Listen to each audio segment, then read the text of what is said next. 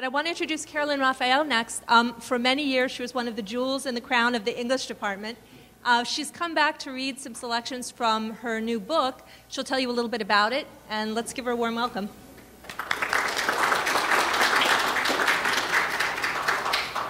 Thank you, Susan. It's a pleasure to be back here again. I want to thank the English department and ASAP for inviting me. And I'd like to read some of the poems from my new book, The Most Beautiful Room in the World. I must tell you, it's not easy to follow Danielle. So we have to shift gears a little. I'm interested, I noticed that she had wonderful rhymes in her poems, most of them written in free verse, as most young people are doing today. Those of us who came from an earlier generation like to combine or alternate, really, between free verse and poetry in form. So I'll let you decide which is which as you listen to them.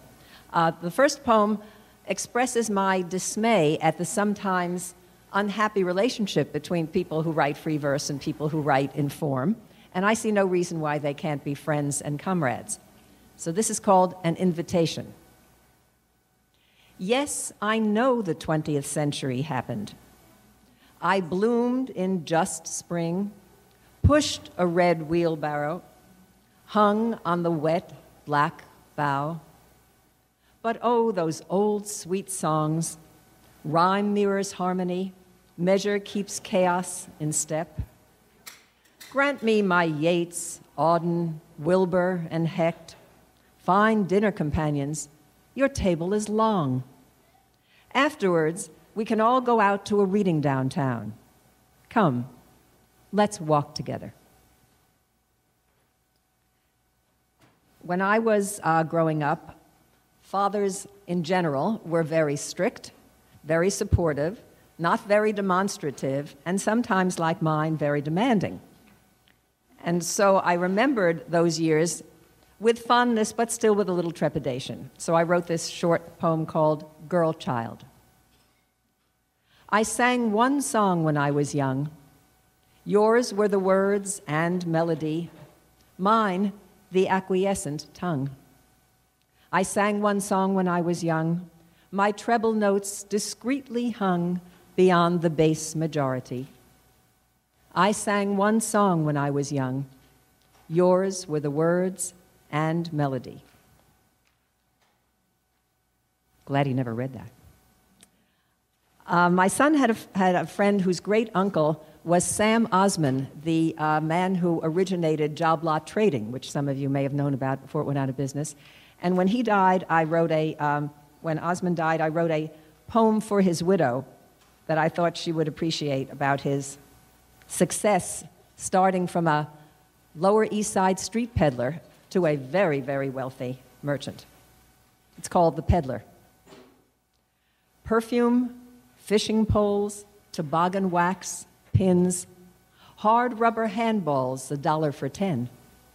Salvage from sales wars, a ship's rescued wine, scraps from bankruptcies, and auctioneer's chaff.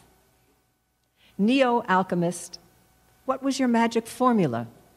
What forge fired lead into gold? Prince of remainders, roll out your pushcart for angels shopping the divine East Side.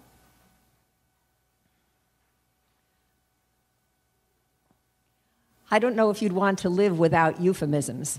I know I wouldn't, and yet some of them are really funny.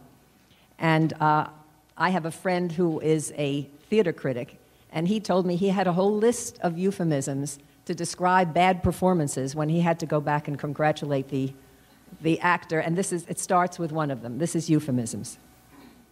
You were never better, says the agent to the fading star when the curtain falls. That's some baby, says the ant, although his ears stick out like sails. Evasive terms conceal the sword as they put to sleep or pass away, or iron wrinkles of discomfort with powder room and WC. The con artist's airbrush must obscure the truth to mollify an outrage. Ethnic cleansing, friendly fire, detainee, collateral damage. Soft words may murder honesty, but who can love the strident voice that blasts the ear with accuracy, leaving the listener no choice? This is another downer. I shouldn't really do this, but after this it'll get happier. Again, my son had a dear friend who died of kidney failure at 29, and it was the most peculiar funeral. Of course, it was devastating to see a young life lost, but this young man was a practical joker. And when all of the fancy words were said, some of his friends stood up and started talking about his pranks, and the whole audience dissolved. A little inappropriate for a funeral. So this is called Boy in the Chicken Suit. Dialysis when he was 10, relentless laundering of the blood. Reprieved by 2 doomed kidney transplants, gone at 28. A one-act plot, but long on character. His mother speaks first, seizing the mourner's ears, pouring a distillate of pain and love. A key change when his co-conspirators tell stories of their friends' outrageous pranks. Returning to his dorm, one friend recalls, he saw his room stripped bare as a monk's cell. A weekend's work for an epiphany. Embarrassed laughter wraps around the tears. Another time there was a bed, declared off limits, that toured the campus, photographed at restaurant, zoo, and riverboat, returned with a keepsake album to the proprietor. And then there was the fuzzy chicken suit, light armor for the siege against despair. One day it joined a large aerobics class, led by a hirsute dancing Dionysus, who preened before a mirror, blind to maenads panting in their leotards for a glance. Blind also to an antic chicken, drunk with joy, abandoned to the pulsing beat. Young mourners giggle unrepentantly. Relatives nod affectionate assent, while school administrators rush to find a suitable demeanor. The mother smiles. I was talking to Susan before about Veronica Franco, who was a famous Venetian courtesan. And I was reading about her. She was a courtesan, high-priced call girl in the 16th century in Venice. And I found a letter of hers that she had actually written to a woman who wanted to make her daughter a courtesan like Veronica Franco. And this letter was translated into English, and I put it into blank verse, but it really is basically the letter that the courtesan wrote to a mother of a would-be courtesan. So this is the letter from Veronica Franco, Venice, 1580. You are no longer welcome in my home. I cannot share my bread with a purveyor of her own daughter's virtue. My dear mother, to pay her debts, sold me into this bondage, so I can testify to treachery. You say I know nothing of the fear that haunts a mother when her daughter lacks a dowry and a male defender, since I have only sons. But I do know the price, that you will weep to see your daughter's flesh carved into bits, then sold, and all will note the butcher's hand is her mother's. Do you know the dangers of this life? The predators called robbery, assault, disease, and death. And then to have to speak with another's mouth, see with another's eyes, while always sailing toward the shipwreck of your mind and body. Despite my words, you dress her shamelessly, bleaching her hair and painting her face. Bare breasts which overflow her gown are lacking veils that decency demands. To tell the truth, despite your pains, your daughter is no Venus. The girl likes grace and beauty, also wit in conversation, prelude to love's dance. You'll break her neck, and still she might not please. I pledge to stand as sponsor to your daughter with any means I have, so she can join the women of the Casa della Zitella, that refuge from the tyranny of males, where she can wait in chastity and hope. Remember that a stone tossed into water may never be retrieved. Think carefully. Return to reason and my open door.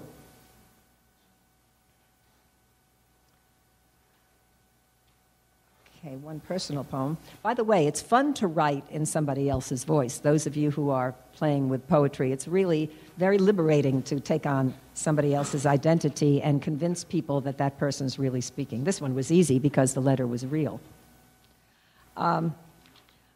My mother, whom I adored, declined into senility at the end of her life, and there was one particularly painful period during which she could remember some things and not others. Fortunately, it upset those of us who loved her, not her, so it wasn't so bad. This is called Memory by Memory. And I have a little epigraph from Archibald MacLeish's Ars Poetica. Leaving as the moon behind the winter leaves, memory by memory, the mind. Memory by memory. She forgets how to write, but remembers steamy letters and her palm-treed honeymoon 50 years ago. Handsome husband, golden couple, then the babies, 2 who lived, twins who died. She forgets how to cook, but remembers old recipes, old photographs, old evening gowns, 2 gardens, one for salad, one for vase. She forgets how to walk, but remembers how she danced the tango, blonde hair trailing, back arched in a sinuous curve. I have to tell you a very brief story that happened here. I remember when I was walking from the 4th floor English department down to the 3rd floor classroom, and one of my students, a young man, reached in front of me to open the door because my arms were filled with books, and then he pulled it back because he thought he might insult me, because maybe I might think I was being condescended to, because as a free woman, I shouldn't have to have somebody open the door. But I needed somebody to open the door. So I just said to him, "Oh, thank you, that'll be fine. We're way past that." And he opened the door. So another anachronism, I'm sure many of you never saw this, but when I was growing up, men tipped their hats to women in the street when they met them. And every once in a while, you'll see some elderly gentleman today just tipping his hat. And I think it's a lovely, if anachronous, gesture. So I wrote a poem called What Do Women Really Want? Sorry, but I love to see a man tipping his hat to a woman. What hat, you say? Why, the one my father wore as we walked. Really, I ran 2 steps for his one. We'd meet a friend of mother's, and he would pause, then tilt his head a little, raising his right arm till fingers met hat. Sometimes he'd lift it briefly. More often, he'd touch the brim. I dreamed of a princess whose knight raised his visor. Demeaning, you say? Perhaps. But it happened again this morning as I raced to work. A brief brush of our shoulders, then a tall silver granddad lightly touched the navy brim of his baseball cap. And though I had a business call at 9, I stopped to smile and nod, a noble nod, accepting courtesy. And then finally, the last poem is by extension for you, because it's dedicated to my students, so I guess that's past and present. It's my students always used to ask me, well, how do you approach a poem? Not one that they had written, but one that they were reading. And I said, just walk around it, explore a little bit. So I used a house as the central image for exploring a poem, and this is called How to Read a Poem, last poem, for my students. Walk up the flagstone path. Don't hesitate.